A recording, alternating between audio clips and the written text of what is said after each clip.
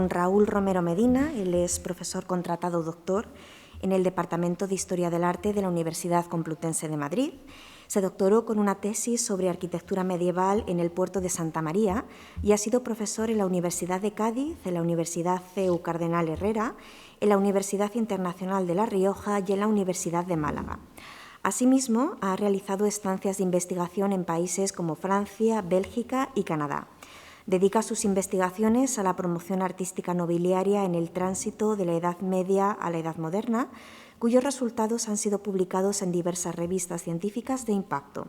En la actualidad colabora con los proyectos de investigación I+D, Espacios del coleccionismo en la Casa de Austria, siglos XVI-XVII, y Corte y Cortes en el tardogótico hispánico, narrativas, memoria y sinergias en el lenguaje visual. Hoy nos va a hablar sobre la armería de la Casa Ducal de Medinaceli desde una mirada diacrónica. Muchas gracias, Raúl. Bien, pues buenas tardes a todos y a todas. Simplemente en el capítulo de agradecimiento, como es obvio, me gustaría agradecer por un lado a Abraham Rubio y a Victoria Ramírez, que son los organizadores de este primer Congreso Nacional de Artes Decorativas, y por supuesto a la dirección del museo que nos acoge. Bien, por el tema, como yo ha presentado Nuria, trata sobre la armería de la Casa Ducal de Medinaceli desde una mirada diacrónica. Voy a intentar sintetizar porque en realidad es un tema bastante extenso, como van a poder comprobar, puesto que forma parte de una publicación que está en prensa y que sale en estos meses y que va sobre la promoción artística de la Casa Ducal de Medinaceli, sobre su memoria visual y sobre su arquitectura entre Castilla y Andalucía, siglos XIV al XVI, teniendo en cuenta en que este importante linaje tenía posesiones tanto en Castilla como en Andalucía y a partir del siglo XVII, con el entronque de las casas, pues prácticamente por toda España. Bien, entre esos ricos fondos que integran el Museo del Ejército se encuentra la armería de la Casa Ducal de Medinaceli, cuyo origen, el origen de esta casa, se remonta al linaje de la Cerda, a los descendientes de Alfonso X el Sabio.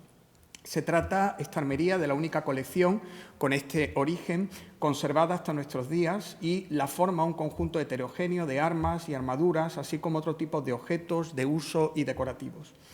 Estamos, por tanto, ante un claro documento visual de esas campañas de guerra y propaganda, así como de la representación del poder vinculado a los miembros de este linaje a lo largo de la Edad Moderna. Para ellos, además de Medinaceli, que es el título principal de la casa, a partir del siglo XVII se agregan otras casas como Alcalá de los Gazules, Denia Lerma, Segorbe y en el siglo XVIII, como luego veremos, la Casa de Priego. Todas estas casas van a aportar, evidentemente, un número de piezas que fueron reunidas en la segunda mitad del siglo XVIII, cuando se produce el proceso descentralizador y vienen a Madrid. Por un lado, en el Palacio madrileño del Paseo del Prado, como pueden verla, luego nos detendremos, y a partir de 1913, gracias a la duquesa viuda de Medinaceli, duquesa de Denia, en 1913, en su Palacio de Colón. Así, allí permaneció hasta el estallido de la Guerra Civil Española, momento en que fue incautada y depositada en el Museo Histórico Militar, que desde 1940 pasó a denominarse Museo del Ejército. En 1957, la Casa Ducal de Medinaceli la donó definitivamente a dicha institución, que cerró sus puertas madrileñas en 2005 para trasladarse, como saben, al Alcázar de Toledo, donde está expuesta. En la actualidad, esta colección se conserva expuesta en vitrinas en una de las 13 salas temáticas del museo, a la espera de un estudio más en profundidad. Como ya señaló Godoy, uno de los principales autoridades que ha estudiado o que estudió en parte esta armería, el problema que presenta la armería de los duques de Medinaceli es que, de un lado, está compuesta de armaduras que forman conjuntos heterogéneos y, de otro, por una interesante serie de armas de fuego y blancas y de astas de naturaleza y época diversa. Es bastante compleja. En el avance actual del conocimiento sabemos que la armería se constituye principalmente de 43 armaduras, de las cuales 3 son de niños, y de un buen número de piezas defensivas sueltas. Así nos encontramos con ejemplares que van desde finales del siglo XV a mediados del siglo XVI, piezas del principios del siglo XVII y, sobre todo, piezas que se restauran en el siglo XIX y que presentan una cierta problemática. El principal escollo para el estudio de la armería, con el que nos hemos encontrado, estriba en, evidentemente, poder identificar las piezas descritas en los inventarios históricos de la casa con los ejemplares hoy conservados, ¿no? El Archivo Ducal de Medinaceli es un archivo inmenso, compuesto de más de 6.000 metros lineales de documentación, y esto implica un trabajo bastante arduo. Los inventarios y almonedas no suelen ir más allá, normalmente, de la enumeración de las piezas y señalar si han sido cubiertas de pavón, azul o negro, o incidir en su labor de adorno, si es cincelada, damasquinada, etc. No obstante, aquellas armaduras de parada o arneses de justar con labores más repujadas, sobre todo de iconografías e inscripciones con fines de gran trascendencia, sobre todo en la representación del poder, se incluyen descripciones más precisas, ¿no? Esto, por ejemplo, es el caso del arnés de justar, como luego veremos, de don Perafán de Rivera y Portocarrero, primer duque de Alcalá, que es una pieza excepcional. Como decíamos, la colección Medinaceli se reunió en Madrid a finales del siglo XVIII y se compuso de estas históricas armerías de los linajes Lacerda, duques de Medinaceli, Enríquez de Rivera, duques de Alcalá, Fernández de Córdoba, marqueses de Priego, Suárez de Figueroa, duques de Feria, fundamentalmente. Hoy en día podemos tomar el pulso al volumen de armas y armaduras que integran la colección, puesto que existe un inventario de 1937 donde se registran un número de 419 piezas que están inventariadas a su vez en 191 registros. Sin embargo, salvo casos excepcionales, como veremos, se hace difícil establecer atribuciones precisas, es uno de los problemas.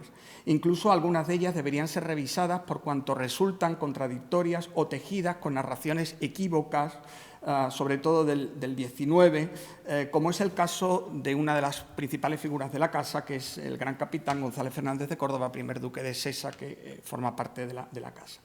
¿Cómo se reunió esta armería? En los inicios del reinado de Felipe IV, la Casa Ducal de Medinaceli desarrolla estrategias, quizás no intencionadas, pero que a nuestro juicio marcaron la posterior identidad del linaje en términos de coleccionismo y mecenazgo. En 1625, el matrimonio entre el séptimo duque de Medinaceli, don Antonio Juan Luis de la Cerda, y la tercera marquesa de Alcalá de la Alameda, Ana María Luisa Enríquez de Rivera y Portocarrero, conllevó que la casa de Alcalá de la Alameda entrara en la de Medinaceli, es la primera casa en entroncar. Pero además, en 1639, esta marquesa va a suceder a su prima en la casa de Alcalá de los Azules, por lo que se reunió en una misma, por lo que digamos que Alcalá de los Azules y Alcalá de la Alameda forman parte de Medinaceli. Hemos de señalar que la Casa de Alcalá había contado con dos importantes coleccionistas, el primer duque de Alcalá, que logró reunir una importante colección escultórica en los siglos XVI, y el tercer duque de dicho título, que algunas de cuyas obras fueron subastadas en almoneda pública. Todas ellas, o gran parte de ellas, se concentraban en el Palacio de los Adelantados de Andalucía, que en Andalucía tenían en Sevilla, en la famosa Casa de Pilatos, donde hoy en día se pueden observar, como pueden ver en esa Atenea, parte de esa colección escultórica del duque de Alcalá. En 1671, el hijo de este matrimonio, don Juan Francisco de la Cerda Enríquez de Rivera, octavo duque de Medinaceli, sucede en tres casas: Medinaceli, Alcalá de la Alameda y Alcalá de los Azules, la casa de su padre y las de su madre. Este personaje no se sintió muy unido a los dominios andaluces del puerto de Santa María y Sevilla, como lo habían estado sus padres, por razones obvias, y buscó, como toda la aristocracia española, la proximidad de la corte real en Madrid. Allí ostentó varios cargos, como siendo caballero del Toisón de Oro desde 1670, sumiller de cor desde finales de 1674, caballerizo mayor desde finales de 1683 y valido del rey y primer ministro entre 1680 y 1685. Ahí lo ven en una pintura de Coello y en el escudo de armas, en su estandarte de tenis, que señaló ayer Victoria, se conservan dos ejemplares en la Casa Ducal de Medinaceli y uno en la colección Casa de Alba. En 1653, este personaje, el octavo duque de Medinaceli, contrajo matrimonio con doña Catalina Antonia de Aragón Fol de Cardona, sucediendo en 1670 a su medio hermano, don Joaquín Aragón Cardona Córdoba, como octava duquesa de Segorbe. Además, tras la sentencia arbitral de 1659 y la disputa con la Casa del Infantado, sucede a su hermano Ambrosio de Sandoval al frente de la Casa de Lerma. Los octavos duques de Medinaceli fijaron su residencia en Madrid y compraron a la octava duquesa del Infantado, doña Catalina Gómez de Sandoval y Mendoza, el palacio levantado por el primer duque de Lerma en el Paseo del Prado, en la carrera de San Jerónimo. Por tanto, desde al menos 1670, los duques de Medinaceli tuvieron su residencia en Madrid y fue allí donde, el 28 de febrero de 1691, se realizó un inventario no acabado de los bienes del finado octavo duque, ante la presencia de su viuda y de su sucesor, el noveno duque de Medinaceli, don Luis Francisco de la Cerda y Aragón. El Palacio del Paseo del Prado se convierte en una residencia distinguida donde los duques de Medinaceli tuvieron obras tan importantes como las hilanderas de Velázquez, que aparecen ya entre las propiedades del noveno duque, como así lo señaló el profesor Vicente Lleó Cañal. Con independencia del problema del origen de esta colección pictórica, está claro que su grueso se formó en Madrid entre el séptimo y el noveno duque de Medinaceli, y, por tanto, no consta que estos tuvieran la necesidad de trasladar a Madrid obra procedente de las colecciones de los palacios de Sevilla, el puerto de Santa María, Cogolludo o Medinaceli. De hecho, como veremos, en 1667 el Palacio de Cogolludo conservaba su mobiliario y la armería completa de la Cerda, pues estaba expuesta en vitrinas o anaqueles en 3 salas, como lo demuestran los inventarios. Con el 10º duque de Medinaceli, don Nicolás Fernández de Córdoba, asistimos a los trasvases de colecciones entre los palacios. Hay que tener en cuenta que este duque no era ya la cabeza del linaje de la Cerda, cuya rama se extingue con su tío, el noveno duque, sino que procedía de la casa de los marqueses de Priego, antes señores de Aguilar.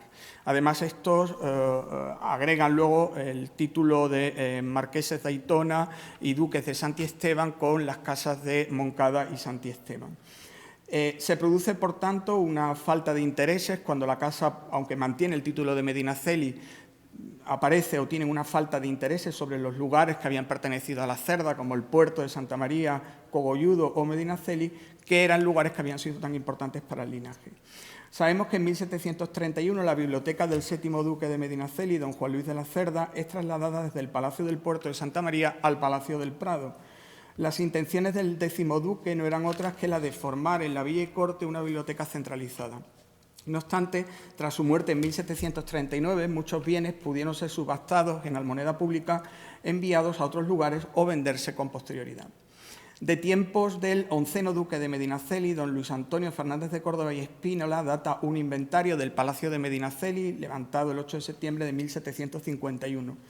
A pesar de que en él constan algunas piezas importantes, como el letuccio renacentista hoy conservado en Toledo, el retrato de aparato de doña Antonia de Toledo y Colonna, de Juan Pantoja de la Cruz, algunas piezas estaban viejas y otras pudieron haber sido ya enviadas a Madrid. De hecho, el inventario señala que los estantes de nogal labrados, donde antiguamente estaba la librería, ya se habían enviado a la capital. Por la misma época, es decir, en 1746, data otro inventario del Palacio de Cogolludo, en el que también se puede comprobar que faltaban algunos bienes que debieron ser enviados a Madrid.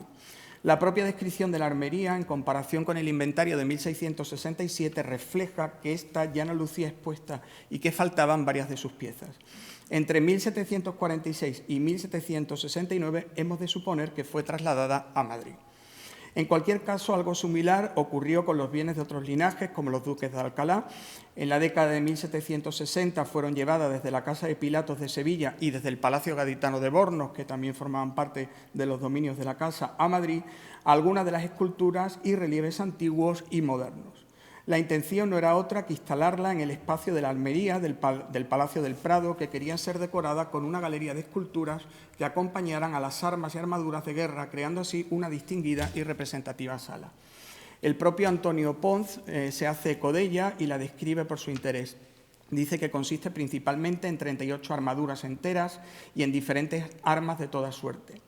En la ejecución y ornato de las armaduras, dice, se ven labores de vario mérito, pero los más exquisitos son los de un escudo, describe el escudo, en el que se representa una batalla, y los de un morrión, en donde se figura la victoria que alcanzó David de Goliat y la historia de Judith, que cortó la cabeza a Holofernes. Todo ello viene a corroborarnos que en las últimas décadas del siglo XVIII la armería de la Casa Ducal de Medinaceli estaba reunida y expuesta en el Palacio del Paseo del Prado, como lo podemos ver en esta fotografía de Lauren, y sabemos por la documentación que entre 1856 y 1857 Gaspar Sensi la catalogó y reparó. En cualquier caso, no disponemos de más información de esta hasta 1886, cuando en la testamentería del 15 duque de Medinaceli, don Luis Tomás de Villanueva Fernández de Córdoba, se realiza una descripción de la armería. Esta descripción es idéntica a la que se recoge en el Inventario y Tasación de 1887, donde se señala que su valor asciende a 32.718,75 pesetas de la época. Allí permanece la armería hasta 1896, cuando el Palacio del Paseo del Prado es vendido. Posteriores testimonios visuales nos corroboran que hacia 1914 la armería se exhibía de nuevo en el Palacio de la Plaza de Colón de Madrid, ¿no? Como la podemos ver, al fondo se ve el repostero de Teniers, del octavo duque de Medinaceli, y a la derecha pueden ver los tapices de Mercurio y Jersey de Pannemáker. Existe un borrador sin fecha, pero que debió ser redactado entre 1915 y 1922 por Antonio Paz y Melia, que realiza una descripción detallada de cómo se ubicaban las piezas en el interior de este espacio. Por el resumen final sabemos que estaba compuesta de 495 piezas y si le restamos las de la colección escultórica con la que estaba expuesta, su volumen es casi idéntico al que se registra en la incautación del año 1936. ¿Qué piezas se han identificado o qué piezas hemos podido identificar? Como hemos visto, en las últimas décadas del siglo XVIII, los duques de Medinaceli reunieron en Madrid las armerías que tenían diseminado por varios de sus palacios. No cabe la menor duda que debió de realizarse una selección de las piezas más importantes con el objetivo de crear una sala representativa que fuese el sagrario heroico de su palacio. En este sentido, la idea debió ser la de exaltar aquellas figuras más importantes de los diferentes linajes. Así, la selección pasaba por personajes como el tercer duque de Feria, don Gómez Suárez de Figueroa, el primer duque de Alcalá, don Perafán de Rivera, o el primer duque de Sesa, Gonzalo Fernández de Córdoba. En cualquier caso, sus armaduras, arneses o bardas estaban más o menos identificadas, tal y como se observa por las aludidas descripciones de 1886 y 1887.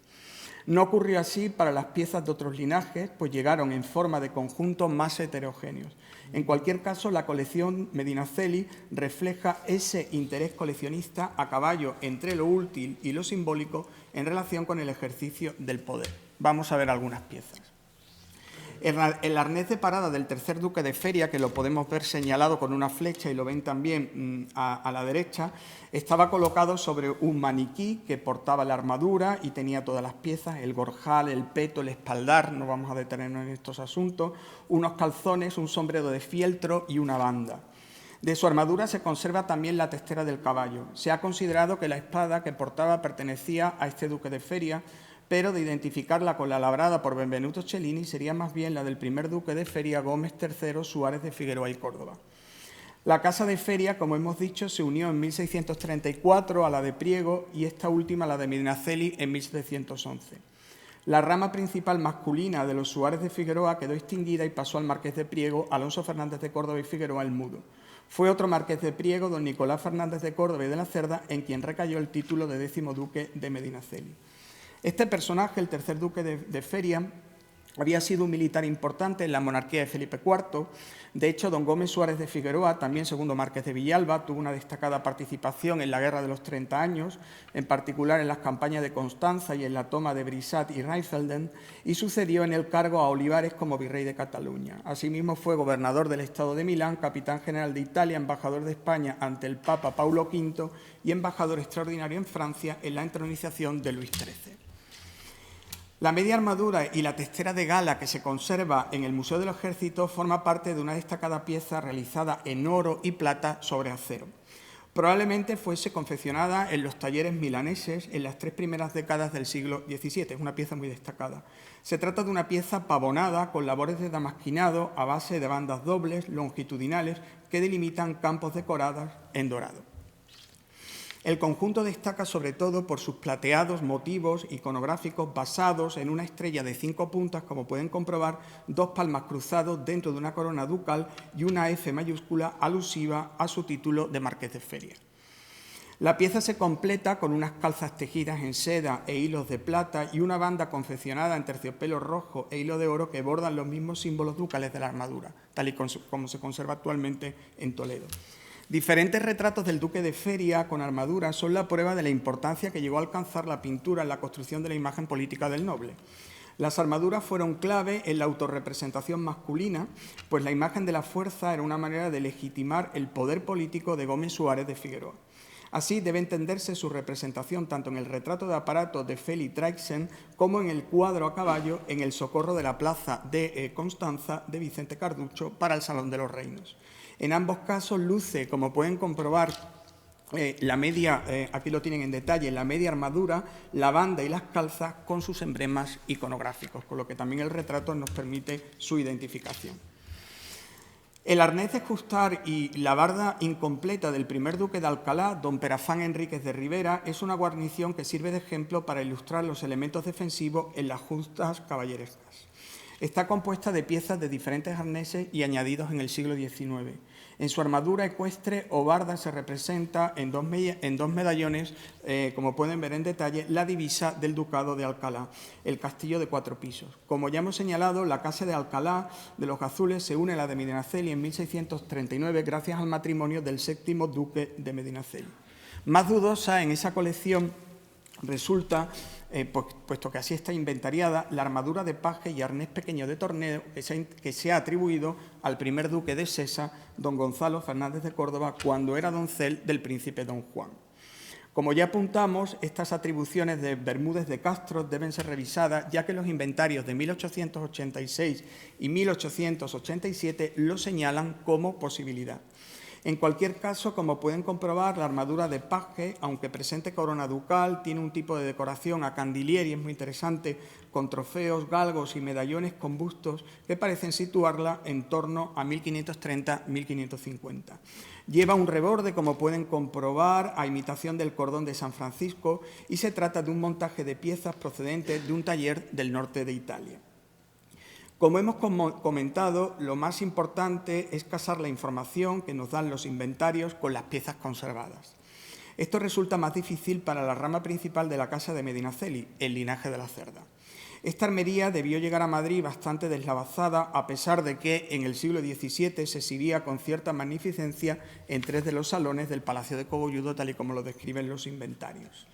Ello dificulta los intentos de posibles identificaciones, incluso casando la información que nos transmiten los inventarios históricos.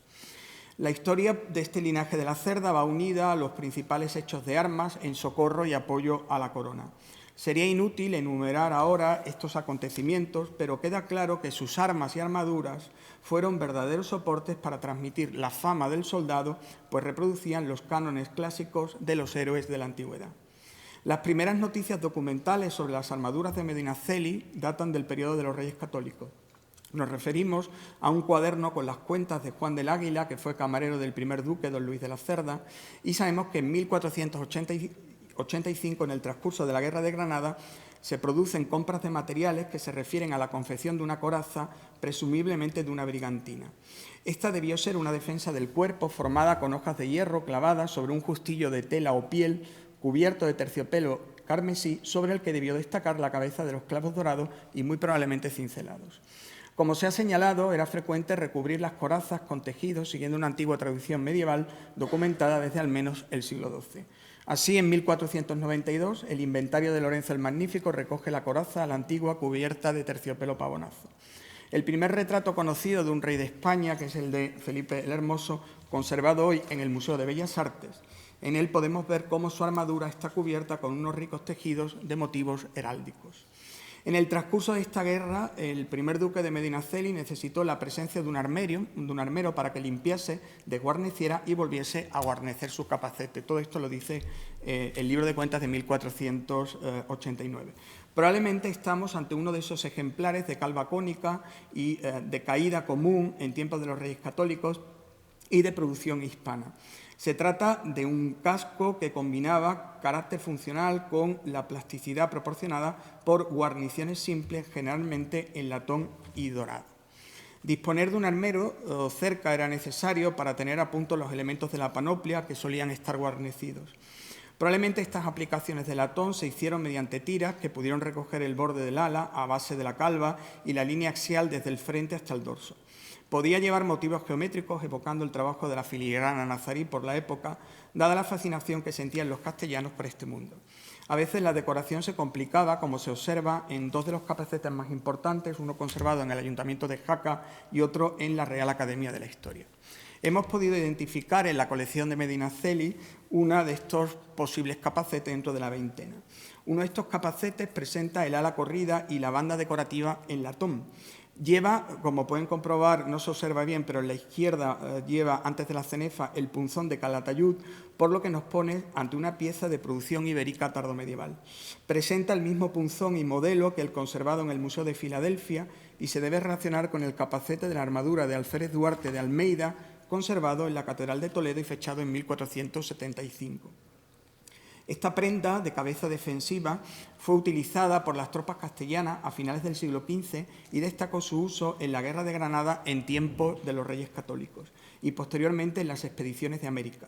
Por tanto, el ejemplar conservado, como pueden comprobar en el Museo del Ejército, puede asociarse al documentado del primer duque de Medinaceli. Siguiendo con estas cuentas, estas nos informan que diversas partes del arnés del duque fueron también guarnecidas, los brazos, las piernas, y también se dice que se remallaron la falda, los gocetes, es decir, la sobaquera de la malla que estaba sujeta a la cuera de armar para proteger sus axilas. También la babera, es decir, la pieza que iba unida al capacete y que, resguardando la barba y la mandíbula, cubría la boca. Ya os digo, el documento es muy preciso. Denominar, evidentemente, a estos elementos, o denominar arnés a estos elementos de los que nos habla la documentación, resulta un tanto complejo. Hemos de recordar que un arnés estaba compuesto por un conjunto de protecciones de acero de los pies a la cabeza para la persona que lo portaba. En el caso del duque nos consta una protección de cabeza, el capacete, otra de boca, la babera, una protección de tronco, la coraza y un conjunto de protección de miembros en las piernas y en los brazos. Los arneses se podían conformar a partir de elementos sueltos que podían unirse mediante correas y hebillas. Así, al intercambiar las piezas se podían adaptar a su uso, es decir, juegos caballerescos, guerras o trajes de gala. La colección Medinaceli presenta un conjunto de 35 petos de infantería y caballería ligera datados en el siglo XV. Son unos aceros muy buenos. Conserva 5 espaldares que contemplaban la defensa por la espalda, realizados con 3 piezas diferentes. Hay marcas en estos, tanto del norte de Italia y españolas procedentes de Calatayud. Por ejemplo, uno de estos petos presenta el mismo punzón que el capacete que hemos descrito y obviamente son piezas que proceden del mismo taller. Podría tratarse del que se documenta para el primer duque de Medinaceli. Sabemos que estas piezas forman parte del linaje de la Cerda. Para el siglo XVI contamos con la información de los arneses, por ejemplo, que estaban en la recámara del tercer duque de Medinaceli, donde se señalan 45 arneses que llevaban sus golas, petos, espaldares, brazales, guardabrazos, ¿no? Y el documento es bastante preciso incluso porque señala que a algunos de ellos les faltaban los medios quijotes de la parte de arriba y además otros que se sabe que eran piezas bastante incompletas, ¿no? Ese mismo inventario recoge otras piezas como un coselete, que es una coraza ligera de color azul pavonado y que llevaba otros importantes complementos. Además se recogen ristres, es decir, objetos de hierro para fijar la empuñadura de la lanza y otros 4 que estaban ya fijados en los arneses, ¿no? Además se recogen todo lo que tiene que ver con las sillas, las guarniciones de los caballos, las testeras, las bridas, las piezas para los arzones, delanteros y traseros, es decir, los inventarios son bastante ricos. El problema está en poder casar muchas de estas piezas o hacer o reconstruir o saber qué piezas de las que nos hablan los inventarios se han podido conservar en la actualidad, ¿no? Estas piezas debieron ser importantes porque estaban en la recámara y el inventario recoge que se deben ceder el titular a su hermano y además se anclan a los bienes del mayorazgo, ¿no? Todas estas piezas finalmente se llevan al Palacio de Cogolludo, las piezas del linaje de la Cerda, que luego pasan al siglo XVIII con el resto a la Armería de Madrid, y en 1667 se conserva un inventario de todos estos bienes que estaban en el Palacio de Cogolludo, ¿no? Allí sabemos que la armería estaba colocada en 3 piezas en su planta baja y que estaba colocada en vitrinas y anaqueles, ¿no? El inventario es riquísimo y el contenido de la sala es muy variado. Por ejemplo, en la primera pieza sabemos que existían 13 armaduras completas, 26 piezas contando lanzas, picas, chuzos, alabardas, partesanas, bien, no quiero aburrirles. En la segunda pieza había 13 armaduras sin manoplas, 8 piezas con lanzas y alabardas, está perfectamente descrita, ¿no? Y además sabemos que en la tercera sala se recogen 13 cuerpos de armaduras, pavonadas, armaduras de niños, diferentes armaduras y sillas de montar, 2 adargas, 25 espadas de diferentes hechuras, etcétera, etcétera, ¿no? Además también de un buen número de tiendas de campaña, pabellones, etcétera, ¿no? Y hay incluso varias partidas que no figuran en el inventario, como 29 espadas con guarnición, más una caja con 4 armaduras, etcétera, etcétera, ¿no? También sabemos que la colección de armas del cuarto duque de Medinaceli fue riquísima, porque en el documento post-mortem, cuando él fallece en Madrid en 1575, se registran un gran número de armas. Este fue un personaje importantísimo en el contexto diplomático de Felipe II, formó parte de la facción Éboli y además fue gobernador de los Países Bajos, ¿no? Con lo que todo esto es evidente, ¿no?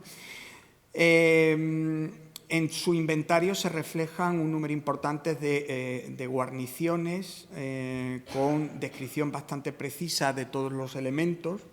Y, por ejemplo, en ese inventario se mencionan un número de 7 celadas y se especifica que cada una de ellas tienen su visera movible, 2 de ellas con clavos dorados y otros con dorados y grabados, ¿no? Dice que otras 2 estaban forradas en tafetala azul, con orejeras, etcétera, ¿no? Probablemente estas celadas puedan responder a tipos como modelos de los Habsburgo, como la celada de parada del emperador Carlos V, que realiza Filippo Negroli, o como la de Desiderios Hilms de hacia 1540, ¿no? También nos describe una armadura, en fin, el inventario es bastante rico, ¿no? Además también de hablarnos de armadura de clavos, bastante completas, un buen número de piezas, nos refleja todo lo que tiene que ver con la propia guarnición del caballo, arzones, riendas, bridas. El problema es identificar a través de estos inventarios históricos las piezas más allá de las que hemos podido señalar, ¿no? No quiero tampoco aburrirles mucho, ¿no? Más allá de estas identificaciones formales, y termino, que hemos realizado, no resulta posible de momento poder casar todas estas piezas reseñadas con los ejemplares conservados en el Museo del Ejército, dado sobre todo la riqueza de los inventarios, ¿no? En cualquier caso, esta armería de los duques de Medinaceli se conservó en el Palacio de Cogolludo y en los diferentes palacios, como hemos visto, y fue trasladada en el siglo XVIII a Madrid, donde fue expuesta tanto en el Palacio de la Carrera de San Jerónimo como en el Palacio de Colón, y tras su incautación en la Guerra Civil pasó al Museo del Ejército, ¿no? En el siglo XIX los Medinacelis, como hemos dicho, la logran reunir en el Palacio del Prado y luego en el de Colón, y sin duda era una de las mejores colecciones de armas, de armerías, de estos, con la presencia de los objetos más destacados, si exceptuamos, evidentemente, por motivos obvios, la armería de la Casa Real, que, como sabemos, Felipe II fija a la corona y, junto con la tapicería, ¿no?, evita que ésta se disgregue, ¿no? Y nada, muchas gracias por su atención.